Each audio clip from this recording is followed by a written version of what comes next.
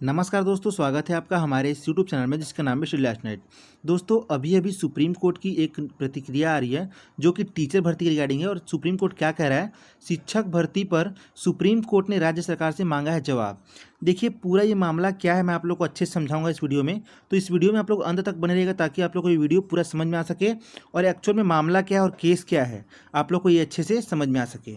देखिए, याचिकाकर्ता क्या बोले हैं, भर्ती नियम में संशोधन का शासन को अधिकार नहीं है, 4 हफ्ते की मोहलत दी गई है। देखिए, हेडिंग में लिखा गया है कि सुप्रीम कोर्ट ने राज्य सरकार से जवाब मांगा है और याचिकाकर्ता बोल रहे हैं कि भर्ती में संशोधन का राज्य शासन को अधिकार नहीं है और 4 हफ्ते की मोहलत दी। क्या है पूरा मुद्दा, मैं आप लोग को अच्छे से समझाता हूँ कि किसमें शासन को अधिकार नहीं है संशोधन का और 4 हफ्ते की मोहलत किस लिए दी गई है। ठीक है, देखिए यहाँ पे लिखा हुआ है, शिक्षक भर्ती नियम की संवैधानिकता को चुनौती देते हुए दाखिल याचिका पर सुप्रीम कोर्ट ने राज्य शासन को नोटिस कर जवाब मांगा है। इसके लिए शासन को 4 सप्ताह का समय दिया गया है। हाई कोर्ट ने सरकार के नीतिगत निर्णय पर हस्तक्षेप करने से इनकार कर दिया गया था। ठीक है, तो कौन से निर्णय पर हस्तक्षेप करने से इनकार कर दिया था? देखिए, एक मुद्दा आया था जब शिक्षक भर्ती नया नया आया था ना, जिसका जब रिजल्ट निकला था और काउंसलिंग की प्रक्रिया होनी थी, तो उस समय एक मामला निकल कर सामने आया था विषय बाध्यता के रिगार्डिंग। ठीक है, तो विषय बाध्यता मतलब क्या होता है कि अगर मान लीजिए मैंने किसी सब्जेक्ट में स्नातक किया हुआ या फिर मास्टर किया हुआ है तो मैं उसी को पढ़ा सकता हूँ, है ना। जैसे मान लीजिए मैं संस्कृत में एमए किया हूँ या फिर संस्कृत में स्नातक किया हूँ, तो मैं संस्कृत ही अच्छे से पढ़ा पाऊँगा, गणित नहीं पढ़ा पाऊँगा, है ना। या फिर मैंने बायो में किया हो तो मैं बायो ही पढ़ा पाऊँगा, गणित नहीं पढ़ा पाऊँगा। या फिर अगर मान लीजिए मैंने गणित में एमए किया हुआ है, एमएससी किया हुआ है, तो मैं बायो कैसे पढ़ा सकता हूँ? मैं पढ़ाने का कोशिश जरूर करूँगा लेकिन अच्छे से नहीं पढ़ा सकता। इससे क्या होगा, जो गुणवत्ता है, गुणवत्ता पे बहुत ज़्यादा प्रभाव पड़ेगा और बच्चों को अच्छे से समझ में नहीं आएगा। ठीक है, मतलब कि बहुत सारी चीज़ें होती है जो डिपेंड करती है। अगर मान लीजिए ऐसा होता है तो उसी चीज़ को चुनौती दी गई। यहाँ पे देखिए, मैं आप लोगों को समझाता हूँ अच्छे से। अधिसूचना को चुनौती देने का मुख्य आधार शिक्षक के संबंधित विषयवार पद के लिए आवश्यक विषयवार स्नातक की डिग्री का जिक्र नहीं करना है। वहाँ पे राज्य शासन द्वारा क्या किया गया कि विषय बाध्यता को ही हटा दिया गया। मतलब कि सारे स्नातक वाले सारे सब्जेक्ट्स पढ़ा सकते, उनका कोई भी कोई नियम नहीं था कि कौन सा स्नातक वाले कौन सा सब्जेक्ट को पढ़ाएंगे। ठीक है, यानी कि विषय के अनुसार पद जारी न कर स्नातक के विषय विशेष की डिग्री को ही गायब कर दिया गया था।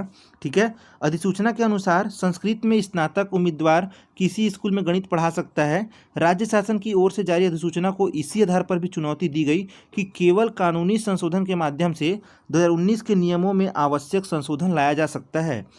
विभागीय अधिसूचना और कैबिनेट नोट विधायी अधिनियम को खत्म नहीं कर सकते हैं। मामले की सुनवाई करते हुए जब ये जो मामला था ना, वो हाईकोर्ट में जब लगाया गया था, तो हाईकोर्ट ने क्या कहा था, मामले की सुनवाई करते हुए हाईकोर्ट ने संशोधन को चुनौती देने वाली रीट याचिका जो थी उसमें कहा कि यह वैध है क्योंकि यह सरकार की नीतिगत निर्णय है और अदालत इसमें हस्तक्षेप नहीं कर सकती। देखिए, हाई कोर्ट से जवाब यही मिला था और वहाँ पे विषय बाध्यता खत्म हो चुकी थी। ठीक है, लेकिन जो याचिकाकर्ता थे वो फिर सुप्रीम कोर्ट गए और सुप्रीम कोर्ट ने क्या कहा है, 4 सप्ताह के भीतर मांगा है जवाब।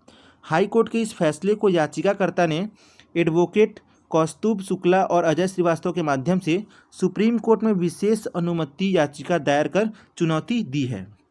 और याचिका में क्या कहा है कि याचिका में अधिसूचना और विज्ञापन प्रारंभिक वर्षों में राज्य में शिक्षा के मानक को कम कर रहे हैं। मतलब कि देखिए, शिक्षा का गुणवत्ता क्या हो रहा है, कम हो रहा है। अगर मान लीजिए मैं मैथ्स वाला हूँ, मुझे आप बायो पढ़ाने के लिए बोलेंगे तो मैं कैसे पढ़ा पाऊँगा? ठीक है, कोशिश जरूर करूंगा लेकिन अच्छे से मैं उसमें एक्सपर्ट की तरह नहीं पढ़ा पाऊंगा। जो बायो में ऑलरेडी किए हुए हैं वो अच्छे से एक्सपर्ट की तरह पढ़ा सकते हैं और बच्चों को अच्छा ज्ञान भी मिलेगा, अच्छी शिक्षा भी मिलेगी।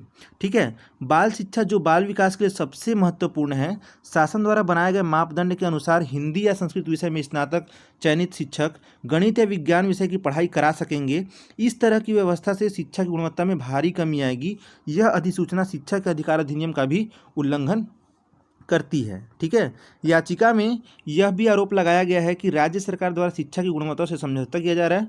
याचिका पर सुप्रीम कोर्ट ने राज्य शासन को नोटिस जारी कर 4 सप्ताह के भीतर जवाब मांगा है, जिसके बाद भर्ती के स्थगन पर सुनवाई होगी।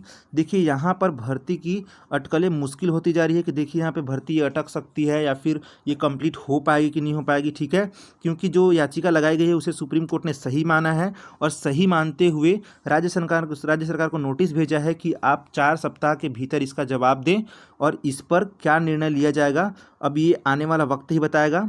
ठीक है, सुप्रीम कोर्ट में ये याचिका लगी हुई है, सुप्रीम कोर्ट में दरअसल ये याचिका पास हो गई है और वो उस पर निर्णय लेंगे।